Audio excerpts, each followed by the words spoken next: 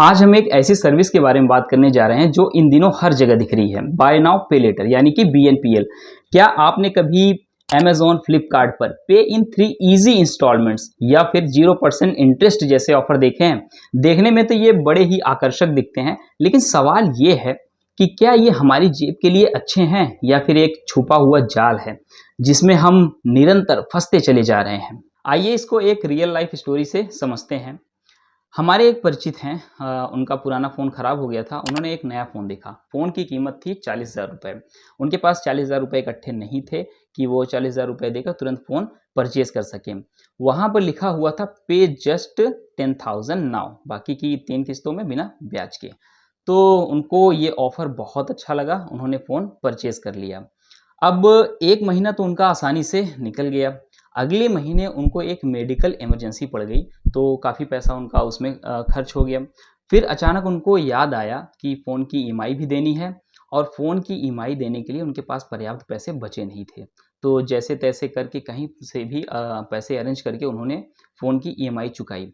बहुत स्ट्रेस हुआ। आपके भी साथ ऐसा हुआ है? हमें कमेंट करके ज़रूर बताएँ। देखिए, ऐसा नहीं है कि बीएनपीएल में सिर्फ़ नुकसान ही है। आइए पहले जानते हैं इसके कुछ फ़ायदों के बारे में। पहला है ज़ीरो या लो इंटरेस्ट। अगर आपने किस्त टाइम पे चुका दी, ईएमआई अगर आपने टाइम पे चुका दी, तो आपका जो उस पर ब्याज लगना है वो बहुत लो होगा या फिर ज़ीरो भी हो सकता है। दूसरा है एक्सेसिबिलिटी। यदि आपका क्रेडिट स्कोर नहीं अच्छा है, आपके पास क्रेडिट कार्ड नहीं है, तो भी आप क्या कर सकते हैं, खरीदारी इसके माध्यम से कर सकते हैं। तीसरा है cash flow management.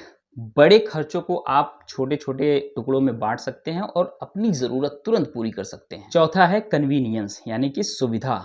Online checkout पर बस कुछ क्लिक में ही काम हो जाता है। हर बार बचा पाओगे वकील साहब को? मुन्ना अगली बार आपके निवास पे पहुंचे और आप नहीं हुए, रिस्क है। अब यहाँ से बात गंभीर हो जाती है। बीएनपीएल का दूसरा पहलू बहुत खतरनाक हो सकता है अगर इसमें सावधानी न बरती जाए। आइए बीएनपीएल के कुछ जोखिम या फिर नुकसान के बारे में जान लेते हैं। पहला है ओवर स्पेंडिंग का जाल। बाद में दे दूंगा के चक्कर में ज़रूरत से ज़्यादा खर्च कर बैठते हैं।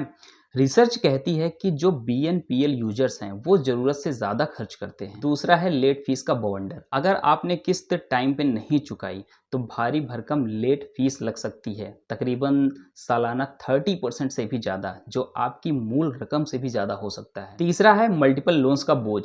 आसानी से मिल जाने के कारण कई लोग क्या करते हैं कि कई जगहों से बीएनपीएल ले लेते हैं। अब एक साथ जब किस्त आ जाती है तो उनका जो पैसों का पिटारा होता है वो पूरी तरह से खाली हो जाता है। चौथा है क्रेडिट स्कोर पर गाज। अब कई बीएनपीएल कंपनियां क्रेडिट ब्यूरो को रिपोर्ट करती हैं। अगर आपने लेट पेमेंट करी है या फिर डिफ़ॉल्ट के कारण आपका जो क्रेडिट स्कोर है वो ख़राब हो सकता है, जिससे भविष्य में लोन लेने की जो कैपेसिटी होती है आपकी वो खत्म हो सकती है। पांचवा है फ्री का भ्रम। देखिए, 0% इंटरेस्ट का मतलब ये नहीं होता है कि ये पूरी तरह से फ्री है। अक्सर इसमें छिपे हुए फीस शामिल होते हैं, जैसे कि प्रोसेसिंग फीस, गैर भुगतान शुल्क वगैरह। अब सवाल ये है कि बीएनपीएल का इस्तेमाल करें या ना करें। तो जवाब ये है, आप करिए, लेकिन थोड़ा सावधानी बरत कर इसका इस्तेमाल करिए। ये एक टूल है, गलत हाथों में गया तो ये खतरनाक साबित हो सकता है। जैसे कि किचन नाइफ जो होती है वो एक टूल है, ठीक है? वो क्या होता है कि उससे हमारा काम आसान हो सकता है, लेकिन किसी क्रिमिनल माइंडसेट के हाथ में चला गया तो आप समझ सकते हैं कितना घातक सिद्ध हो सकता है। अब आइए कुछ गोल्डन रूल्स के बारे में जान लेते हैं। पहला है ज़रूरत वर्सेस चाहत। जब आपको किसी चीज़ की वाक़ई में ज़रूरत है, तभी आप उसको खरीदिए। इम्पल्स बाइंग के लिए कभी भी इसका इस्तेमाल ना करिए। अपने आप से प्रश्न पूछिए, क्या मैं इसको अगले महीने खरीद सकता हूँ कैश के माध्यम से? दूसरा है बजट बनाएँ, ट्रैक करें। आपकी जितनी भी बीएनपीएल किस्तें चल रही हैं, उसको आप मंथली बजट में शामिल करें।